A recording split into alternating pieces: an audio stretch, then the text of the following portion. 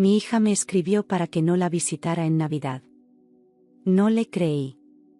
Esa noche la vi encadenada, con la pierna destrozada, mientras sus suegros festejaban como reyes en su casa. Lo que hice después se volvió leyenda.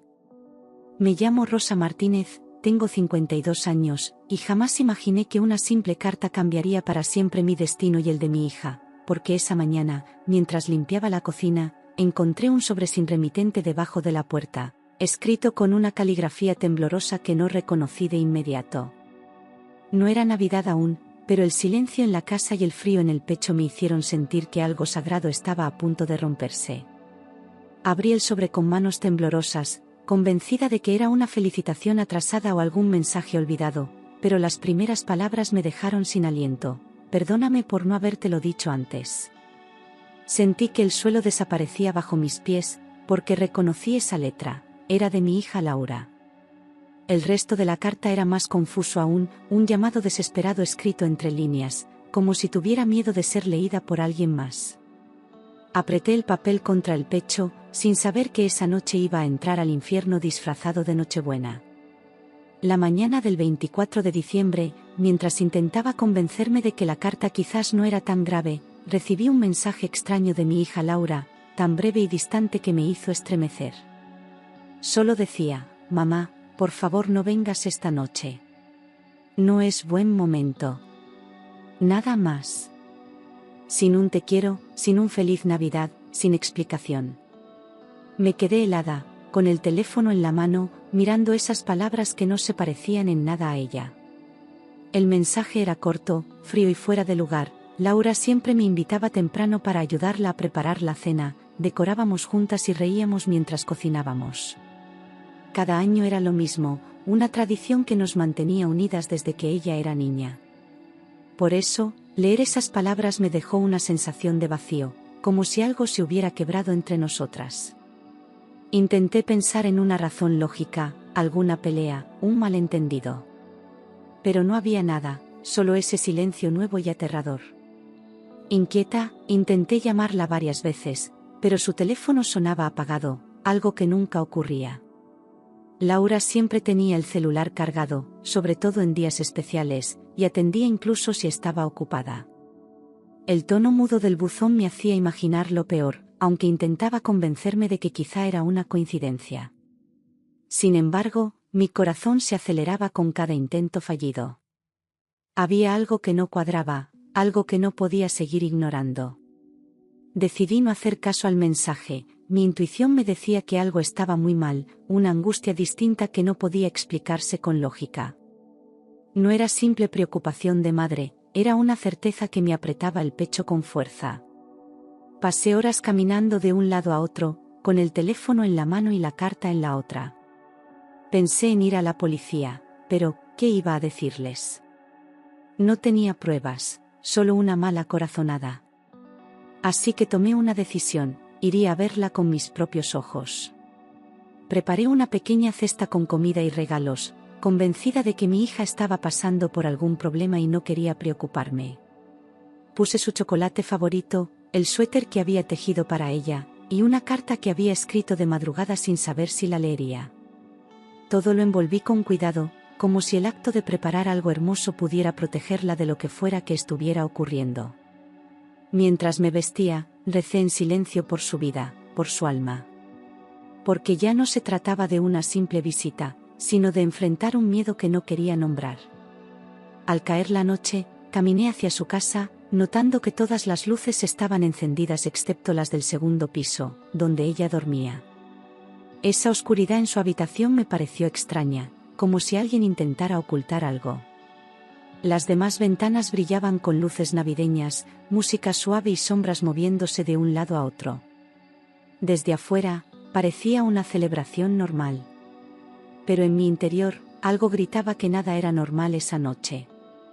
En cuanto llegué a la puerta, escuché risas fuertes y música navideña proveniente del interior, tan desincronizadas con el mensaje de Laura que sentí una punzada en el estómago. ¿Por qué me había pedido que no viniera si estaban celebrando como si nada? Reconocí algunas voces entre el bullicio, pero no la suya. Toqué la puerta con fuerza, esperando que apareciera. pero la respuesta fue solo más risas, como si no importara quién estuviera del otro lado. Me sorprendió oír las voces de los suegros de mi hija, Héctor y Mireia, celebrando como si nada pasara, brindando y riendo sin ninguna preocupación. Nunca fueron cercanos conmigo, pero al menos solían mostrar cortesía en las fiestas. Esta vez, sonaban eufóricos, como si fueran los dueños de la casa. No mencionaban a Laura, no preguntaban por ella. Era como si ella no existiera, y eso me encendió todas las alarmas. Llamé varias veces, pero nadie abrió. Finalmente, noté que la puerta estaba entreabierta, como si alguien hubiera entrado con prisa o no le importara cerrarla bien. Empujé con cuidado, sintiéndome una intrusa en la casa de mi propia hija. El olor a comida caliente y vino caro flotaba en el aire, mezclado con una sensación densa que no sabía cómo describir. Di un paso dentro, conteniendo la respiración. Algo estaba mal, demasiado mal, y no sabía cuánto estaba a punto de descubrir. Dentro, los suegros brindaban con copas caras, ignorando completamente mi presencia, como si no me vieran o no quisieran verme.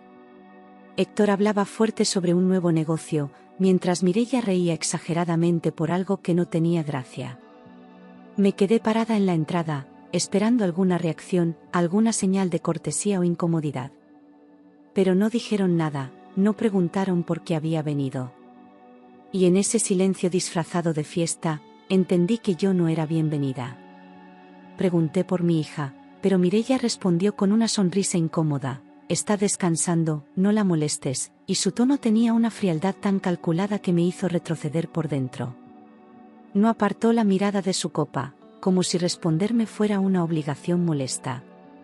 Sentí que algo en su postura ocultaba más de lo que decía. Laura nunca dormía a esa hora en Nochebuena. Su indiferencia solo aumentó mi inquietud. Algo en su expresión me heló la sangre, evasiva, falsa, forzada, como si temiera que yo subiera al segundo piso y descubriera aquello que evitaban decir.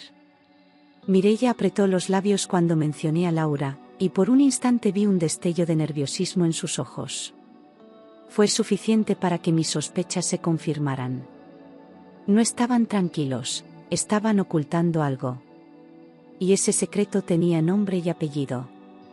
Decidí subir las escaleras en silencio, evitando llamar la atención, mientras fingía que iba al baño para no despertar sospechas.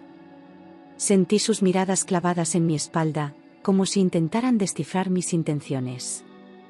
Cada escalón parecía pesar más que el anterior, un aviso sordo de que lo que encontraría no me permitiría volver atrás. El ambiente se volvió más oscuro a medida que avanzaba. Mi corazón latía con una mezcla de miedo y determinación. Al llegar al pasillo, noté un olor metálico que reconocí de inmediato: sangre, espesa y reciente, una presencia que invadía el aire con una crudeza imposible de ignorar. Sentí un escalofrío recorrerme los brazos mientras intentaba no entrar en pánico. Me acerqué a la puerta de Laura con pasos lentos, temiendo lo que podría ver. El silencio del piso superior contrastaba con la música navideña de abajo. Era un silencio que gritaba. Empujé la puerta del cuarto de Laura, y el mundo se me vino abajo en un solo golpe, como si mis entrañas se desgarraran al ver lo que alguien le había hecho. La habitación estaba en penumbra, desordenada, con marcas en el suelo que sugerían forcejeos. Un frío antinatural me envolvió los hombros. Sentí una mezcla de incredulidad y rabia. Era imposible que nadie en esa casa ignorara lo que pasaba ahí dentro.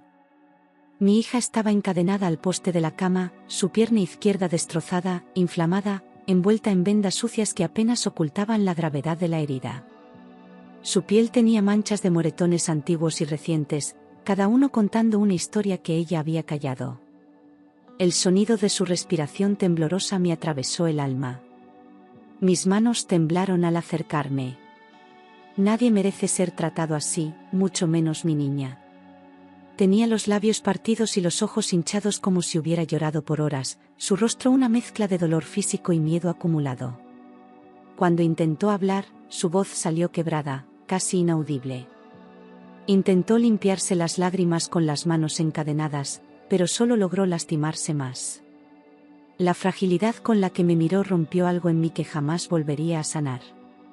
Ese no era un accidente, era tortura. Cuando me vio, rompió en un sollozo ahogado, suplicando que no hiciera ruido, como si temiera que incluso mi presencia pudiera empeorar su situación. Me pidió que cerrara la puerta, con los ojos desorbitados, vigilando la escalera. Su respiración era rápida, entrecortada, una mezcla de alivio y pánico. Tomé su mano con cuidado, tratando de transmitir calma. Pero mi alma ardía en silencio. Corrí a liberarla, pero ella me detuvo con un movimiento desesperado. «Mamá, si él me encuentra fuera, me mata», dijo con una voz cargada de terror resignado. Su advertencia no sonaba a exageración, sino a experiencia. Me explicó con los ojos que no era un susto momentáneo, sino un peligro real y constante. Sentí un impulso feroz de arrancar esas cadenas con las manos. Pero entendí que necesitábamos un plan. Descubrí que su marido, Esteban, se había vuelto violento meses atrás, pero Laura nunca dijo nada para no preocuparme, ocultando golpes y excusas detrás de sonrisas forzadas. Me confesó que él controlaba sus movimientos, su teléfono, su vida entera. Cada intento de pedir ayuda terminaba en amenazas. No quería que yo terminara involucrada. Y, sin embargo, ahí estaba yo, enfrentando el horror que ella había cargado sola. Los suegros lo sabían todo. Incluso habían ayudado a encubrirlo, permitiendo que Esteban controlara a Laura sin que nadie sospechara. Ella me contó que Mireia justificaba cada golpe como correcciones necesarias, mientras Héctor cerraba puertas y ventanas para que los vecinos no oyeran. Ese nivel de complicidad me produjo un asco indescriptible. No solo permitían el abuso, lo legitimaban. Esteban había roto su pierna 2 días antes, furioso por un mensaje que encontró en su teléfono, un simple recordatorio del banco que él interpretó como una traición. Laura me dijo que intentó explicarle, pero él no escuchó, la arrastró al cuarto y le descargó su rabia como si ella fuera un objeto. La herida nunca fue atendida, porque él temía que los médicos hicieran preguntas. Su silencio obligado la estaba matando.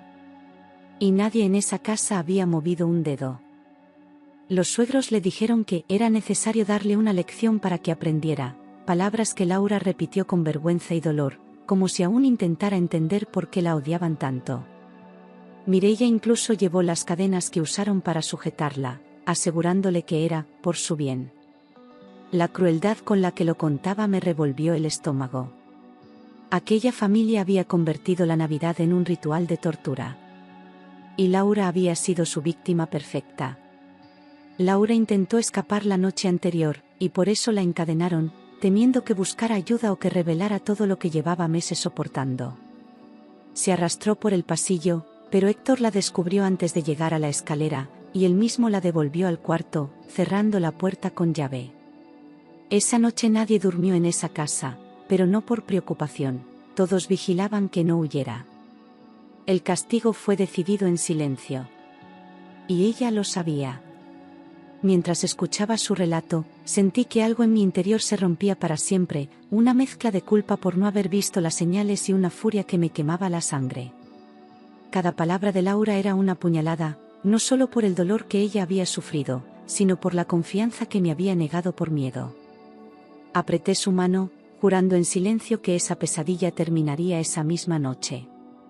Ya no era una madre preocupada. Era una mujer dispuesta a todo.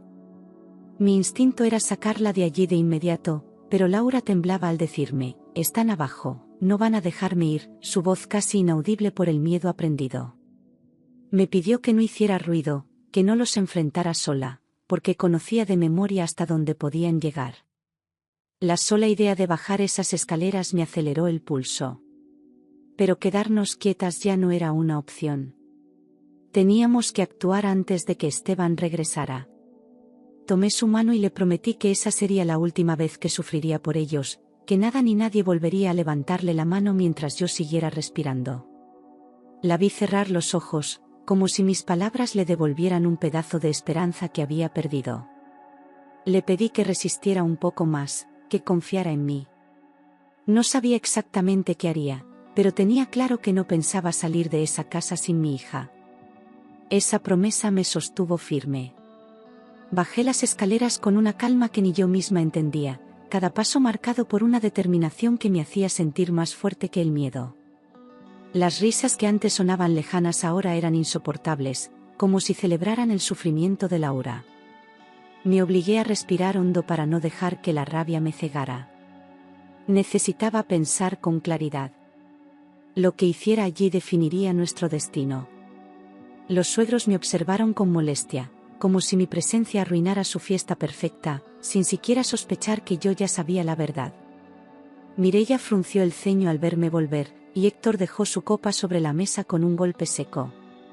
Sentí sus ojos evaluándome, intentando adivinar por qué había tardado tanto arriba. Se hicieron un silencio tenso entre nosotros.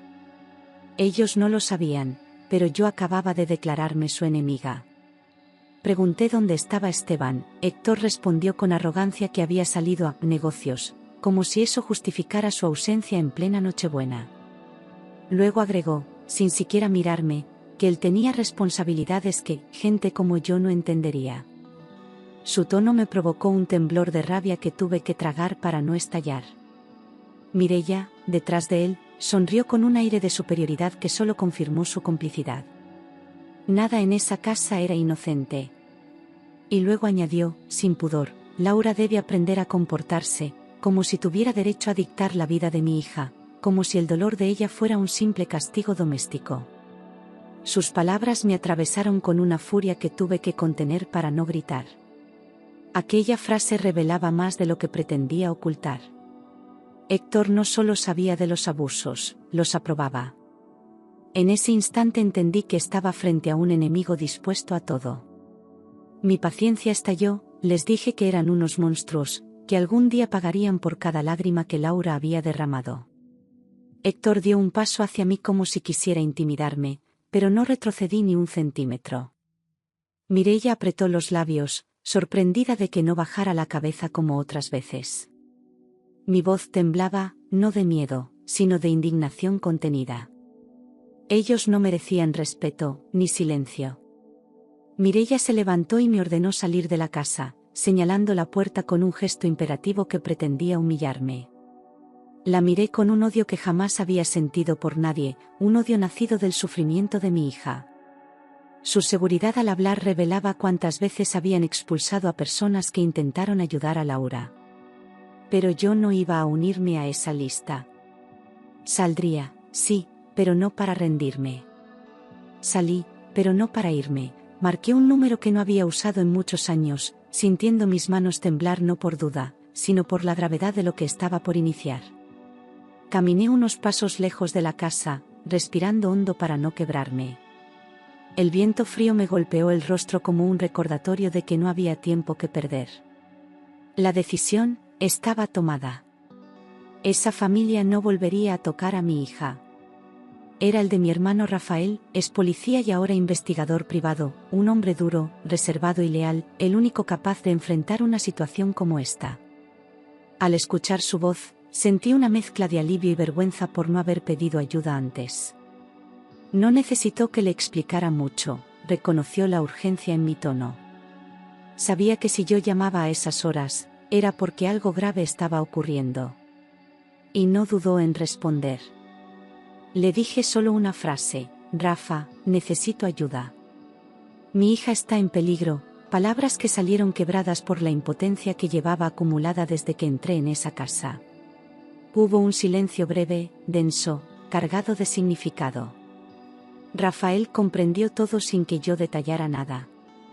Respondió que ya iba en camino y que no me acercara más a los suegros. Esa promesa de apoyo me sostuvo de pie. En menos de 15 minutos, llegó con 2 compañeros de confianza, hombres discretos que habían trabajado con él en casos complicados. Sus rostros serios indicaban que venían preparados para lo peor. No hubo preguntas innecesarias ni dudas. Rafael me tomó del brazo y me pidió que lo guiara con calma. La sensación de que por fin tenía un respaldo real me devolvió el aire que había perdido. Entraron conmigo sin ruido, preparados para cualquier cosa, moviéndose con una precisión que solo quienes han visto demasiada violencia pueden tener. El ambiente dentro de la casa seguía tenso, cargado de música forzada y risas nerviosas. Mis pasos resonaban demasiado fuerte en mi propio oído, como si el tiempo se comprimiera. Rafael señaló a sus compañeros y cada uno tomó una dirección distinta. La operación había comenzado. Cuando Héctor los vio, trató de impedirles el paso, inventando excusas torpes sobre asuntos privados y fiesta familiar, pero Rafael le mostró su identificación con un gesto firme que cortó cualquier intento de resistencia. Héctor palideció al darse cuenta de que ya no tenía control sobre la situación. Sus manos temblaron ligeramente, aunque intentó ocultarlo. La fachada de autoridad que él tanto presumía empezó a desmoronarse. Y yo disfruté verlo perder terreno. En cuestión de minutos, aseguraron la planta baja y subieron conmigo al cuarto, moviéndose con urgencia contenida mientras yo guiaba el camino. Las risas se apagaron como si la casa entendiera que algo irreversible estaba en marcha. Cada escalón que subíamos me acercaba a la esperanza de liberar a Laura. Sentía mi corazón golpear con fuerza, pero ya no era miedo, era determinación pura. Nadie volvería a encadenarla. Laura lloró al ver a su tío. Él la abrazó con una delicadeza inesperada en un hombre tan duro, murmurando que ya estaba a salvo mientras evaluaba con rapidez cada herida. Sus ojos se oscurecieron con una furia silenciosa al notar el estado de su pierna. Con una navaja pequeña, cortó las cadenas sin dudar, como si hubiera esperado años para hacerlo. Laura se aferró a su brazo, temblando. Y por primera vez en mucho tiempo, creyó que podía sobrevivir. Uno de los compañeros llamó a emergencias, describiendo la situación como violencia doméstica severa, su voz firme y controlada, dejando claro que no había espacio para malentendidos. Pedía una ambulancia con urgencia, detallando síntomas y posibles riesgos. Mientras hablaba, miraba la habitación con indignación silenciosa. Sabía que aquello no era un caso aislado. Era el resultado de meses de horror deliberado. Los suegros gritaban desde abajo, negando todo y llamándonos dramáticos, intentando recuperar el control con insultos torpes que revelaban su nerviosismo. Escuché a Mireia jurar que Laura siempre exageraba, mientras Héctor aseguraba que todo era un malentendido familiar. Sus voces subían como un eco patético que intentaba tapar la verdad. Pero ya nadie les creía. El peso de la evidencia era más fuerte que sus gritos. Laura fue bajada en una camilla improvisada mientras Mireia insultaba a todo el mundo, acusando a los paramédicos de secuestrarla y exigiendo que la dejaran en la casa. Rafael se interpuso con calma peligrosa, advirtiéndole que se mantuviera lejos. La expresión de Laura, entre dolor y alivio, me desgarró el corazón. Cada movimiento de la camilla mostraba lo frágil que estaba. Pero también mostraba que, finalmente, estaba saliendo de ese infierno. Al escuchar sirenas en la distancia, Héctor intentó huir por la puerta trasera, empujando muebles y tropezando con botellas vacías mientras maldecía en voz baja. Su intento desesperado solo confirmó su culpabilidad. Rafael lo siguió con pasos firmes y calculados, sin necesidad de correr. Era evidente que Héctor jamás había enfrentado consecuencias reales. Y esa noche, al fin, le tocaría pagarlas. Mi hermano lo interceptó de inmediato, recordándole que no estaba tratando con amateurs, inmovilizándolo con una facilidad que humilló por completo al hombre que antes se creía intocable. Héctor forcejeó unos segundos hasta aceptar que no tenía escapatoria. Gritó que no había hecho nada, que todo era un invento, pero su voz sonaba vacía, quebrada. Rafael lo esposó sin una palabra más. La justicia empezaba a tomar forma. Los paramédicos llegaron y confirmaron que la pierna de Laura estaba gravemente infectada, señalando que el hueso había sido fracturado con violencia y que la herida llevaba días sin ningún tipo de cuidado. Su rostro profesional dejó escapar un gesto de horror que no logró ocultar. Preguntaron quién había permitido que ella permaneciera así. Nadie respondió. Todos sabíamos quiénes eran los responsables. Dijeron que, si demorábamos algunas horas más, ella podía perder la pierna, una frase que me atravesó el alma como un golpe brutal. El paramédico me miró con compasión, consciente de la gravedad emocional que esas palabras cargaban. Laura cerró los ojos, respirando hondo para no llorar. Yo sentí un vacío inmenso imaginando cuánto había sufrido en silencio.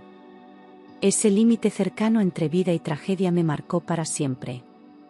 En el hospital, Laura finalmente pudo hablar sin miedo, contando todo lo que había vivido, desde los primeros insultos disfrazados de bromas hasta las golpizas que se volvieron rutina. Su voz era firme a pesar del dolor, como si relatarlo la liberara de un peso insoportable. Los médicos escuchaban atentos mientras examinaban cada lesión. Yo permanecía a su lado, luchando por no llorar. Su valentía me dejaba sin palabras. Los médicos registraron cada lesión como evidencia de abuso sistemático, fotografiando hematomas antiguos y heridas recientes con precisión casi quirúrgica. Todo formaría parte de un expediente que, por fin, revelaría la magnitud del infierno vivido por mi hija. Laura observaba en silencio, como si al ver su cuerpo documentado entendiera la gravedad de lo que soportó. Aquella habitación fría se volvió testigo de su verdad. Era el inicio de su justicia. La policía interrogó a los suegros esa misma noche, en medio del caos de luces y ambulancias, con oficiales que no parecían dispuestos a dejarse engañar por discursos vacíos. Mireia mantenía su tono altivo, intentando hablar por encima de todos, mientras Héctor pedía un abogado con desesperación. La casa entera se volvió una escena de crimen, con oficiales tomando fotos y buscando pruebas. Nada quedaría en la sombra esta vez. La verdad empezaba a salir a la luz. Ellos, arrogantes, negaron todo y culparon a Laura de provocar problemas, pintándola como una esposa difícil, caprichosa, inestable. Decían que ella se hacía daño sola, que era emocionalmente inestable, una carga para su hijo. Los oficiales escuchaban sin interrumpir, pero sus rostros mostraban incredulidad. Era el guión de siempre, el que usaban los abusadores. Pero esta vez, tenían pruebas suficientes para desmantelarlo. Pero las pruebas hablaban por sí solas: marcas antiguas, cicatrices, fracturas mal curadas, registros médicos sospechosos y una carta escrita con desesperación. El historial de Laura no dejaba lugar a dudas. Cada golpe había sido documentado por su propio cuerpo, cada silencio ahora tenía una voz. Incluso el estado en que la encontraron era prueba contundente. La justicia no podía mirar a otro lado. Esteban regresó a la casa a la madrugada, encontrándola llena de policías, patrullas y paramédicos, con una expresión de sorpresa que duró apenas segundos antes de transformarse en furia. Intentó acercarse, pero fue contenido por dos oficiales que ya tenían su descripción. Preguntó por su esposa con sarcasmo, como si aún creyera que podía controlarla. Yo lo vi desde lejos, y por un instante, sentí miedo. Pero ya era tarde para él. Intentó huir, pero fue detenido al instante, reducido con fuerza por los agentes que no le dieron tiempo a reaccionar. Gritó que todo era un error, que Laura estaba loca, que su madre lo confirmaría. Los vecinos ya estaban en la calle, observando en silencio cómo el hombre que parecía perfecto era esposado como un criminal. Nadie dijo una palabra. Todos sabían que, al fin, se había hecho justicia. En su carro encontraron medicamentos, sogas, y un cuaderno donde anotaba cada castigo que le aplicaba a Laura, con fechas, motivos y descripciones detalladas.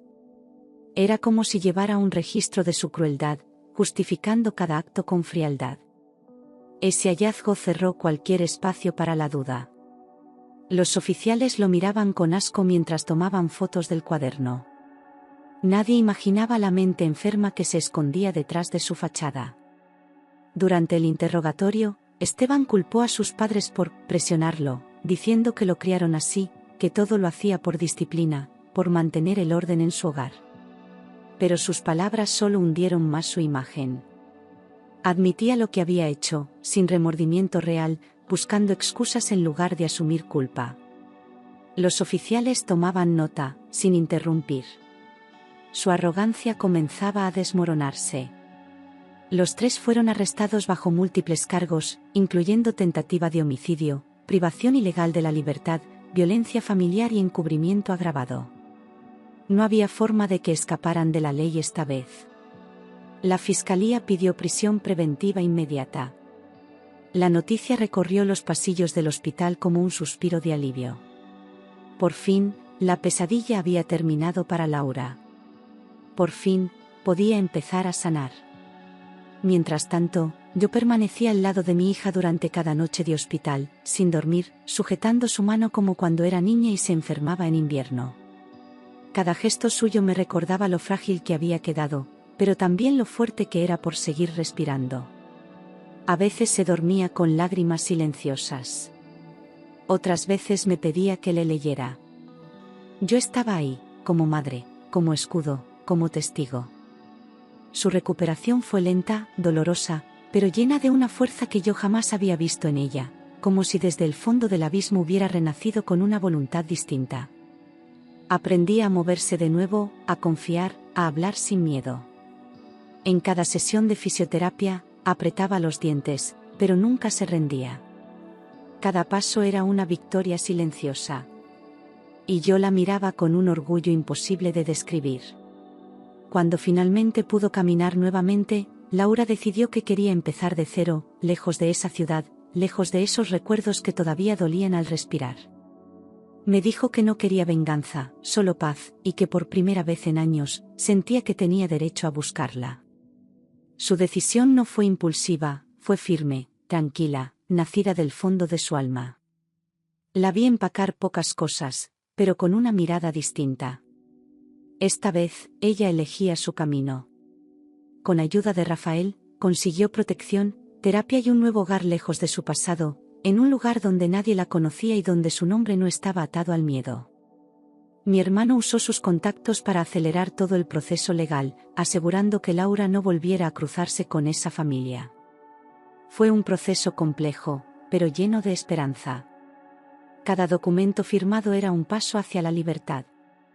Cada día lejos de ellos era una victoria.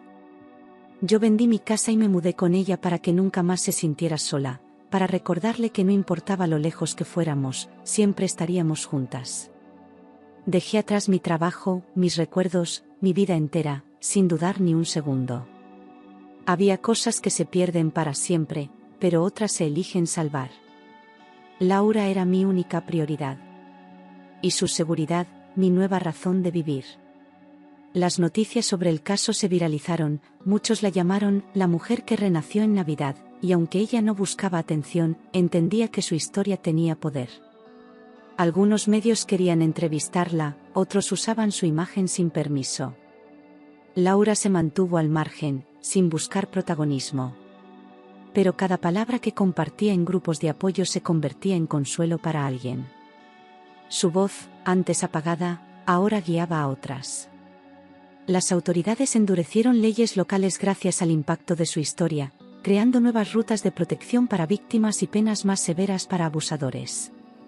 Se discutieron reformas urgentes en los tribunales y en las comisarías. Por primera vez en mucho tiempo, la ley parecía escuchar.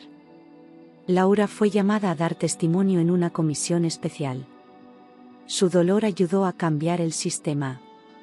Mujeres de toda la región comenzaron a escribirle, inspiradas por su valentía, compartiendo sus propias historias, pidiéndole consejos o simplemente dándole las gracias por haber hablado. Algunas incluso llegaron a buscarla en persona. Yo la veía responder con respeto y empatía, sin victimizarse, solo escuchando y tendiendo la mano. Laura no solo había sobrevivido, se había convertido en refugio. Y en fuerza para muchas. Laura convirtió su dolor en misión, creó un grupo de apoyo para víctimas de violencia doméstica, donde cada semana escuchaba, orientaba y acompañaba a mujeres que no sabían por dónde empezar. No era terapeuta, pero hablaba desde la experiencia. Su espacio se llenó de vida, de llanto compartido, de abrazos necesarios. Cada reunión era un acto de resistencia. Cada historia, una promesa de que nadie más sufriría en silencio. Cada Navidad, recordamos aquella noche oscura, y cómo conseguimos transformarla en luz, no como una herida abierta, sino como un punto de partida. No ponemos luces elegantes ni decoraciones exageradas. Solo encendemos una vela en silencio y nos damos la mano. A veces lloramos, a veces reímos, pero siempre agradecemos. ¿Por qué sobrevivimos? Y por qué elegimos vivir sin miedo. Y aunque muchos dicen que exagero cuando cuento lo que pasó, una cosa es cierta: lo que hice por mi hija se volvió leyenda, y lo haría 1000 veces más, sin dudar, sin temer, con las mismas manos que alguna vez sintieron que no podían más. Ser madre es ver el peligro y caminar hacia él. Es sostener, es luchar, es renacer junto con tu hija. Laura me salvó tanto como yo la salvé a ella. Y por eso, esta historia es nuestra. Porque ninguna noche es tan oscura como para apagar la esperanza, y ningún monstruo es tan fuerte como el amor de una madre decidida. Lo que comenzó con una carta y un mensaje de silencio, terminó con una familia reconstruida y muchas vidas transformadas. Esta no fue solo la historia de Laura. Fue la de todas las que un día deciden romper el ciclo. Y aunque dolió, valió la pena cada segundo. Porque vencimos. Con el paso de los meses, Laura comenzó a recuperar no solo su cuerpo, sino también esa parte de su alma que había quedado atrapada en la oscuridad. Cada amanecer la encontraba más firme, más segura, más consciente de su propio valor. A veces, mientras la observaba preparar café o abrir las ventanas de nuestra nueva casa, me sorprendía la serenidad que irradiaba. Era como ver nacer a una mujer distinta, hecha de cicatrices, pero también de una fortaleza que nadie podría arrebatarle jamás. Yo también cambié, aunque tardé mucho en admitirlo. Había vivido años creyendo que conocía a mi hija, sin imaginar todo lo que había ocultado para protegerme. Y sin embargo, nunca la sentí tan cercana como ahora. Nuestro vínculo se fortaleció en el silencio de las madrugadas y en las conversaciones que antes no nos atrevíamos a tener. Aprendimos a decirnos la verdad sin miedo. Aprendimos a curarnos juntas. Y en ese proceso, encontré una parte de mí que creí perdida. A veces volvía a mi mente la imagen de los suegros celebrando mientras mi hija sufría en el piso de arriba, y un temblor me recorría el cuerpo. Pero ya no era rabia ni culpa, era memoria, un recordatorio de lo necesario que fue romper ese ciclo de silencio. Comprendí que las sombras solo ganan cuando se las deja crecer. Aquella noche, sin saberlo, yo había encendido la primera luz. Y esa luz había sido suficiente para derrumbar un imperio de abusos. Rafael siguió acompañándonos de cerca, vigilando que nadie intentara acercarse a Laura, incluso cuando los juicios avanzaron sin contratiempos. Lo veía más sereno, como si ayudar a su sobrina hubiera sido también una forma de redención para él. A veces llegaba con comida o con historias que la hacían reír. Él también estaba sanando. Y aunque nunca lo dijo en voz alta, su mirada revelaba el orgullo de haber llegado a tiempo. Cuando el juicio terminó y los culpables recibieron sentencias ejemplares, Laura respiró como si por primera vez el aire le perteneciera. No celebró, no gritó, no se derrumbó. Solo cerró los ojos y dejó que una lágrima silenciosa escurriera por su mejilla. Yo la abracé sin decir nada, entendiendo que la verdadera justicia no estaba en las condenas, sino en la libertad que ella había recuperado. Ese día no solo ganó un caso, se recuperó a sí misma. Nuestro hogar se convirtió en un refugio para otras mujeres, y yo, que jamás pensé tener la fuerza para acompañar a alguien más, me encontré escuchando historias que me desgarraban el pecho pero que también me recordaban lo afortunadas que habíamos sido al escapar a tiempo. Laura hablaba con una calma que impresionaba, con la sabiduría de quien ha sobrevivido al infierno y ha regresado con luz en las manos. Yo la observaba en silencio, maravillada por su transformación. Una tarde, mientras caminábamos juntas por la plaza del nuevo vecindario, Laura tomó mi brazo y dijo que quería estudiar para apoyar profesionalmente a víctimas de violencia. Su determinación no dejaba espacio para dudas. Era como si todo su dolor hubiera encontrado propósito. Le sonreí con el corazón hinchado, sabiendo que esa decisión la llevaría aún más lejos de su antiguo miedo. Estaba lista para reescribir su destino. Cada Navidad que llegó después de aquella noche trajo un significado distinto, más profundo, más humano. Ya no celebrábamos con grandes reuniones ni mesas llenas de comida. Celebrábamos nuestra supervivencia. Encendíamos una vela por las mujeres que aún no podían escapar, por las que habían logrado liberarse y por las que necesitarían fuerza para intentarlo. Nuestra Navidad ya no era un ritual de tristeza, era un himno de esperanza. A veces, cuando cuento lo que pasó, la gente me mira como si exagerara o buscara dramatismo, pero no me importa. La verdad no necesita permiso para ser creída. Y cada palabra que pronuncio es una advertencia disfrazada de historia, un recordatorio de que el horror puede esconderse detrás de una puerta bien decorada. Lo que hice por mi hija no fue heroico. Fue maternal. Fue humano. Fue necesario. Hoy, al mirar a Laura caminar con paso firme y sonrisa tranquila, sé que la leyenda no nació de mi valentía, sino de la fuerza con la que ella decidió vivir. Yo solo fui la mano que la sostuvo cuando ya no podía más. Ella hizo el resto. Y por eso, mientras viva, repetiré esta historia, para que ninguna mujer crea que está sola, para que ninguna madre dude de su intuición, y para que todos entiendan que incluso en la noche más oscura, siempre existe una puerta hacia la luz.